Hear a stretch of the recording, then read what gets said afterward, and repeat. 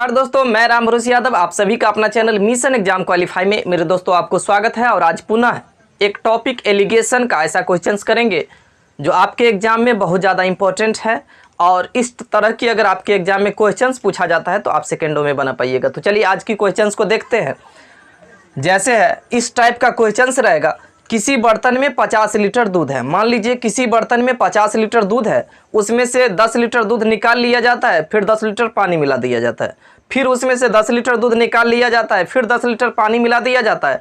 इस तरह की प्रक्रिया को बार बार अपनाया जाता है तो लास्ट में शेष दूध कितना बच जाएगा। तो आपको ज्ञात करना है, एक ट्रिक आपको याद रखना है। शेष दूध क्या बचेगा, तो शेष दूध बराबर ए इंटू 1 माइनस बी बटा ए इसके पावर में एन। ए जो होगा मेरे दोस्तों दूध की प्रारंभिक मात्रा होगा, दूध की प्रारंभिक मात्रा, और बी प्रत्येक बार निकाली गई मात्रा, प्रत्येक बार निकाली गई मात्रा,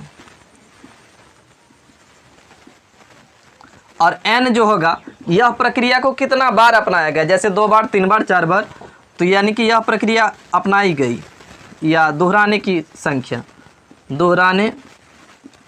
संख्या। आपको इस ट्रिक को फॉलो करना है, आप आसानी से इस तरह की क्वेश्चंस को सेकेंडों में बना दीजिएगा।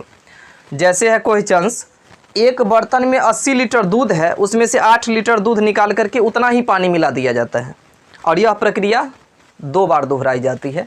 तो लास्ट में दूध की मात्रा क्या बचेगा। तो देखिए मेरे दोस्तों, एक बर्तन में कितना दूध है, 80 लीटर दूध है। ए बराबर कितना हो गया, 80 लीटर।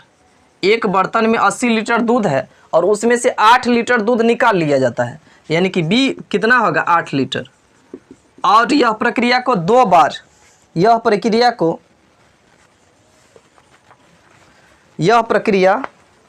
2 बार और दोहराई गई, मतलब यह प्रक्रिया को 3 बार दोहरा दिया जाता है, मतलब यह प्रक्रिया को 3 बार दोहराया जाता है।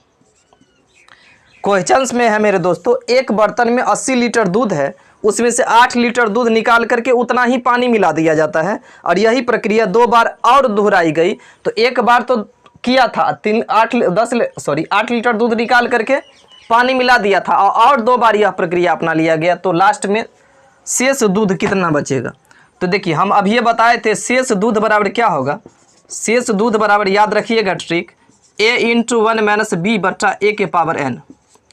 यानी कि किसी बर्तन में शेष दूध कितना बचेगा तो उसका ट्रिक ये है, ए इंटू 1 माइनस बी बटा ए के पावर एन। ए का मान कितना है, 80 लीटर है, तो 80 प्रारंभिक मात्रा, और 1 माइनस बी बटा ए, तो बी का मान कितना है 8 और ए का मान कितना है 80 और के पावर में एन, मतलब 3 बार यह प्रक्रिया को अपनाया गया।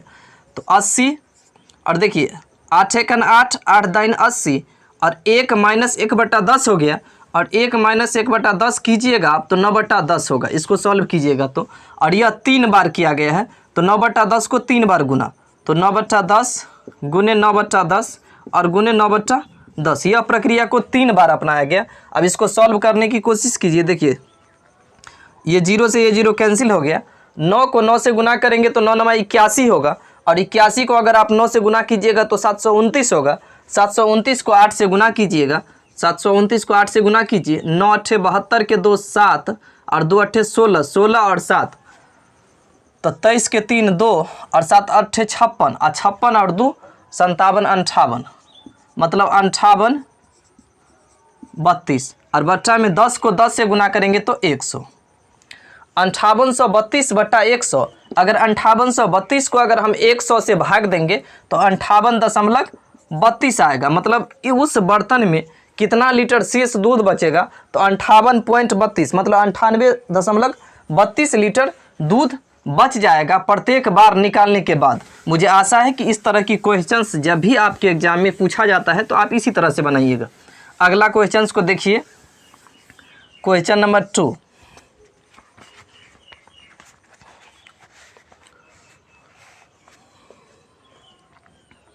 देखिए एक ड्रम में 2 लीटर पेंट है, उसमें से 2 लीटर पेंट निकालकर उसके बदले तेल मिला दिया गया। पुनः मिश्रण से 2 लीटर निकाल करके 2 लीटर तेल मिला दिया गया। इसी प्रक्रिया को बार बार एक बार और किया जाए तो ड्रम में पेंट तथा तेल का अनुपात क्या होगा। अच्छा, इसको अगले वीडियो में करेंगे। बताते हैं, 1 मिनट। हाँ, एक पात्र में जिसमें 100 लीटर शराब है, 10 लीटर शराब निकाली गई और उतना ही पानी डाल दिया गया। मिश्रण को में फिर 10 लीटर निकाली गई और पानी डाल दिया गया। शराब और जल का अनुपात क्या होगा? देखिए, एक बर्तन में कितना लीटर शराब है, तो शराब देखिए कितना लीटर है एक बर्तन में, तो ए यानी कि कितना लीटर है, 100 लीटर है। उसमें से 10 लीटर शराब निकाल लिया गया और फिर उसके बदले पानी मिला दिया गया, तो निकाली गई मात्रा मतलब बी कितना है, 10 लीटर है। यानी कि एक बर्तन में 100 लीटर शराब है, जिसमें से 10 लीटर शराब निकाल दिया गया और उसके बदले 10 लीटर पानी मिला दिया गया। ठीक, पानी डाल दिया गया, मिश्रण में से 10 लीटर फिर निकाल लिया गया और फिर उतना ही पानी मिला दिया गया, तो शराब और जल का अनुपात क्या होगा? तो देखिए, यह n बराबर जो होगा 2 बार यह प्रक्रिया को अपनाया गया।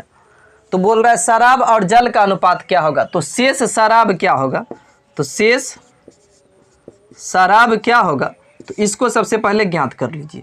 तो जैसे शेष दूध में लगाए थे फॉर्मूला, उसी तरह से इसमें भी लगाएंगे। a इंटू 1 - b बट्टा a के पावर n। a कितना है 100 और इंटू 1 - b बट्टा a, b कितना है 10 बट्टा a 100 और के पावर में n 2 बार किया गया, तो 100 और इंटू 0 से 0 कैंसिल और 1 - 1 बट्टा 10।